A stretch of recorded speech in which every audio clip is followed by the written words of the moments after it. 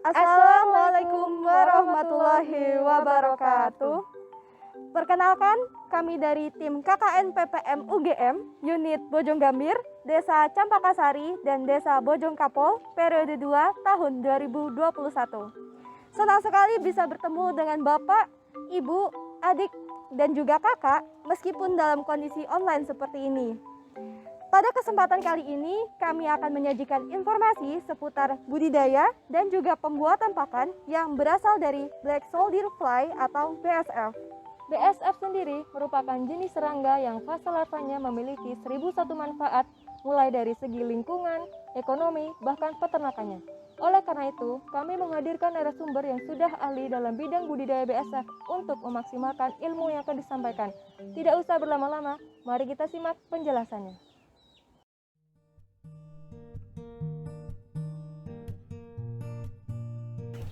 Kira-kira sudah berapa lama ya Bapak melakukan usaha budidaya BSF ini? Ini udah berjalan 3 tahun, Mbak. 3 tahun ya Iya. Pak? Cukup lama ya Pak? Ya lumayan.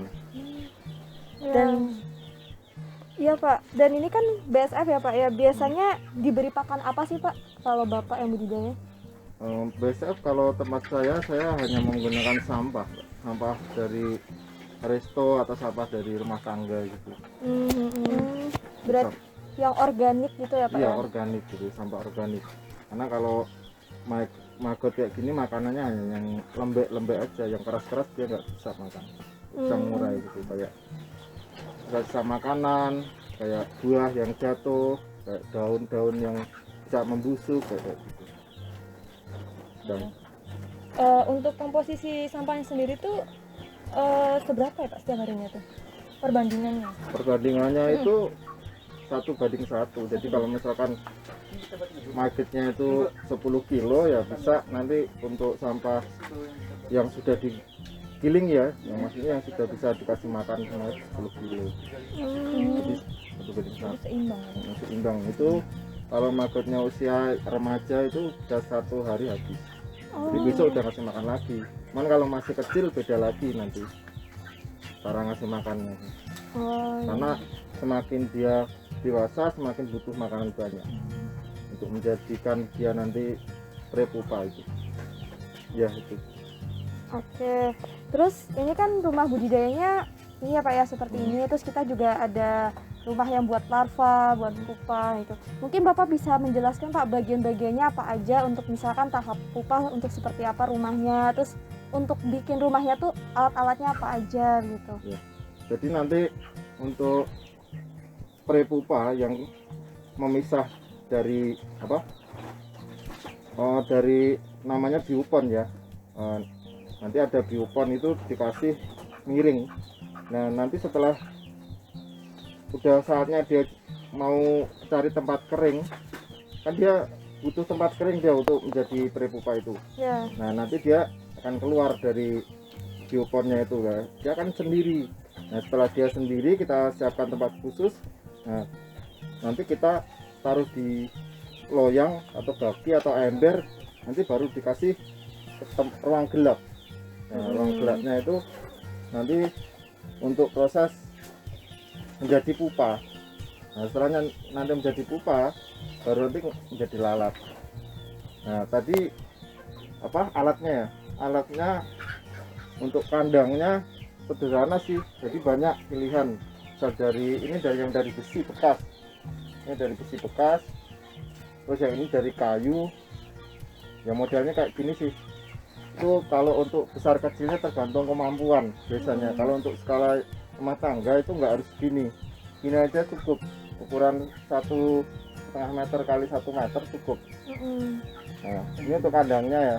Terus untuk bagaimana lalat itu menetas. Nah prepupa itu akan menjadi pupa kalau dia ditaruh di ruangan yang gelap dan suhunya itu agak panas toh. Nah itu setelah menetas dia akan mencari sinar, karena mungkin instingnya dia itu kalau ada sinar pasti ada panas kan gitu ya. Terus dia keluar. Nah setelah keluar itu dari ruang gelapnya itu, nah kita buatin tempat kayak gini. kita jaring aja, kita pakai waring ya, tapi kan jaringan banyak ya, dari mana ini yang kita namain waring. Terus nanti di dalamnya itu kita siapin tempat telur juga atraktan. Jadi BSF itu dia akan bertelur di atas sumber bau. Jadi yang kita namain atraktan itu untuk memancing dia untuk bertelur di atasnya. Nah, baru di atasnya pancingan itu kita taruhin tempat telur. Nah, nanti dia otomatis akan bertelur di situ. Udah gitu ya. Ya baik Pak. Nah, terus untuk media pertumbuhan larva BSF itu lebih baik pakai wadah yang plastik atau wadah kayu ya, Pak? Sebenarnya kalau itu sih tergantung ya situasional aja ya, tergantung dana juga, anggaran.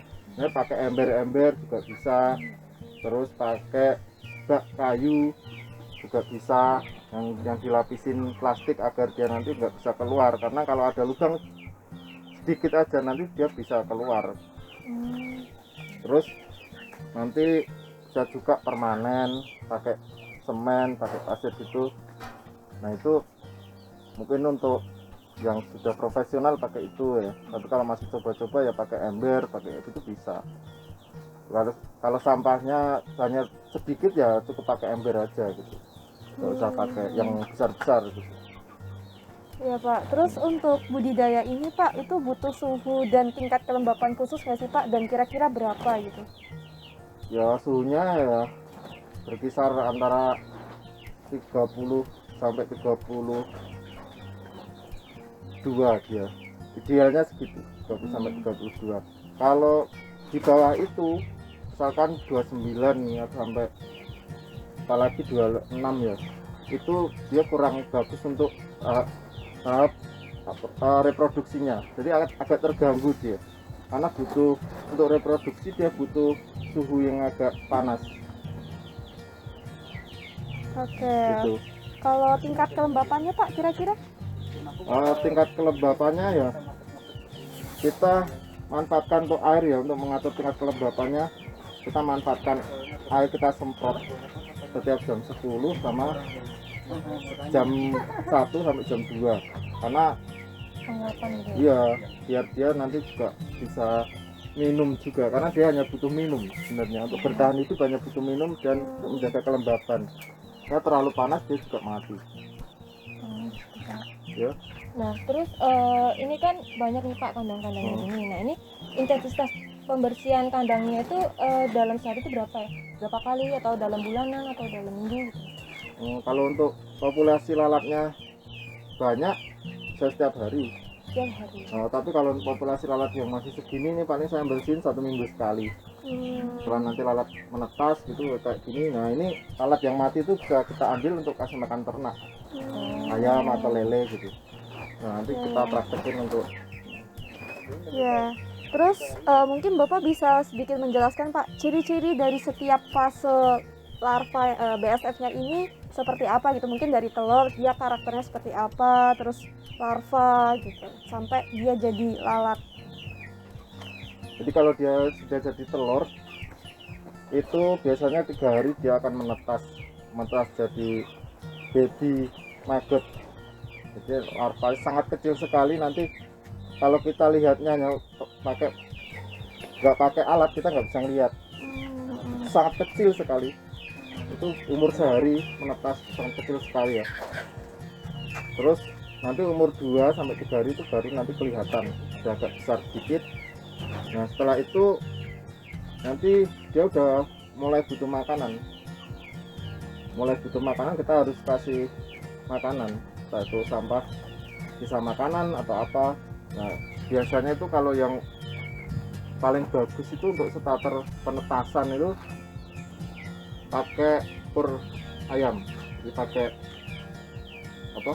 pelet ayam itu loh, ini pakan ayam itu loh, yang kita kita rendam pakai air dulu, baru nanti atasnya itu kita taruh telurnya, tapi jangan langsung nempel ke makanannya media tetasnya itu. Kita harus kasih jarak, entah itu pakai lepek atau pakai plastik atau pakai apa yang nggak tembus air, itu baru nanti tetasan larvanya itu akan turun jatuh ke media tetasnya itu, nah dia langsung akan makan di situ. Nah kalau untuk telurnya sendiri nanti kalau dia terkena air atau terkena apa yang itu cairan ya itu nggak mau menetas, karena dia karakteristiknya harus kering dan dia bisa netas kalau dia itu suhunya agak panas, dia cepat. Oh iya. Terus ketika larva itu sudah layak panen, itu cara panennya gimana ya Pak ya? Pupa ya, prepupa ya. Ya. Kalau prepupa biasanya dia kan apa? Kalau kita semprot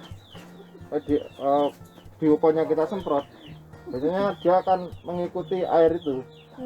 Dia akan pergi dari bioponnya itu, dia akan pergi terus kemudian jatuh ke tempat yang kering. Nah, disitulah kita desain bioponnya itu agar prepupanya itu bisa naik.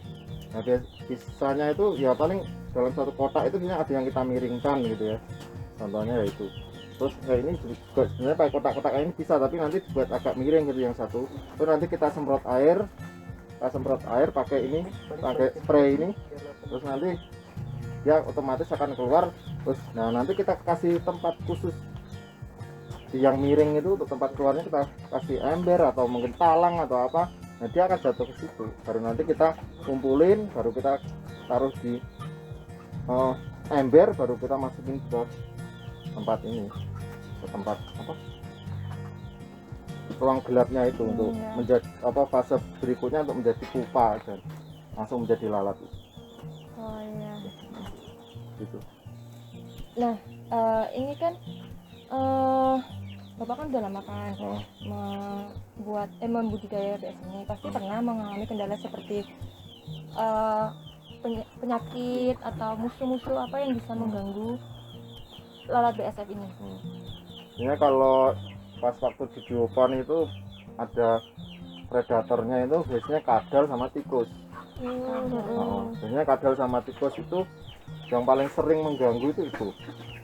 Cuman selama itu nggak terlalu banyak, ini kan populasi magetnya juga banyak kan, ini nggak terganggu, paling dia makan cuman beberapa aja, nggak sampai sempat habisin satu bak gitu, nggak, saya diemin aja. Cuman kalau udah banyak kadal sama tikus terlalu banyak, ya mungkin habis nanti dimakan sama itu. Nah itu perlu antisipasinya, kita tempatnya jangan terbuka biar dia nggak masuk kadal sama tikusnya.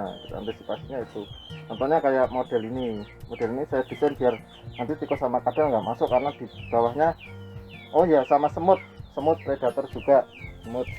Nah nanti di apa, kakinya itu kita kasih oli. Nah nanti dia nggak bakal masuk, nanti tikus sama kadal juga nggak mau kalau apa lewat di oli itu, dia akan pergi biasanya. Nah, terus tadi Bapak sebenarnya sudah menyinggung ya kalau larva BSF itu biasanya dipakai buat pakan ternak gitu. Nah, itu selain buat jadi pakan ternak, biasanya dimanfaatkan menjadi apa lagi, Pak? Selain pakan ternak, biasanya kalau jumlahnya sudah banyak itu biasanya bisa untuk substitusi tepung ikan pembuatan pelet. Ya. Jadi untuk menggantikan tepung ikan itu jadikan tepung pelet. Apa tepung untuk nyampur pelet ya. Jadi namanya tepung maggot. Itu proteinnya ya sekitar 45% sampai 50%, tergantung proses pembuatannya. Terus ini juga bisa dikasih makan ke lele atau bisa dibuat apa, breed maggot, jadi maggot kering untuk kasih makan koi. Ini sangat bagus sekali untuk ikan-ikan yang membutuhkan protein yang tinggi untuk proses mencetak warnanya, dia ke koi. Bisa juga ke ikan apa itu yang kayak ikan bagus, jenis ikan bagus itu cana. Nah, ke ikan cana itu juga bagus. Nah, budidaya BSF ini kan masih termasuk jarang kan ya Pak dilakukan untuk orang-orang yang awam. Nah, mungkin Bapak boleh berbagi pengalaman, kelebihan dan kekurangan dalam budidaya BSF ini. Jadi awalnya memang saya buat BSF itu selain untuk mengurai sampah, saya kepengen dapat makanan gratis untuk makan ayam ternak saya, ayam saya itu saya kepengen dapat gratis. Ya salah satu contohnya itu ya BSF itu, karena nggak ada apa makhluk lain atau mikroorganisme lain yang bisa dikasih makan ke ayam selain maggot ini. Sebenarnya yang setara dengan maggot itu nggak ada gitu. Berarti dalam budidaya BSF ini tuh masih termasuk murah namun membutuhkan ketelatenan yang tinggi ya Pak?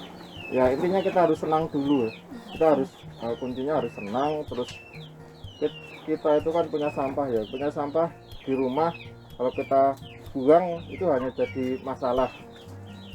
Kemudian kita pelihara BSF, sampah itu akan berubah menjadi berkah buat kita. Jadi kita bisa menghidupi ternak-ternak kita itu dari BSF. Yang biasanya kita buang mangga busuk, pepaya busuk, kita buang sembarangan tempat, nah itu hanya mendatangkan bibit penyakit. Tapi kalau kita punya maggot, kita taruh di maggot ya, setelah itu maggotnya bisa dikasih makan ke ayam. Nah kita sudah menyelamatkan alam, juga menyelamatkan lingkungan kita, juga kita dapat gratis pakan gitu.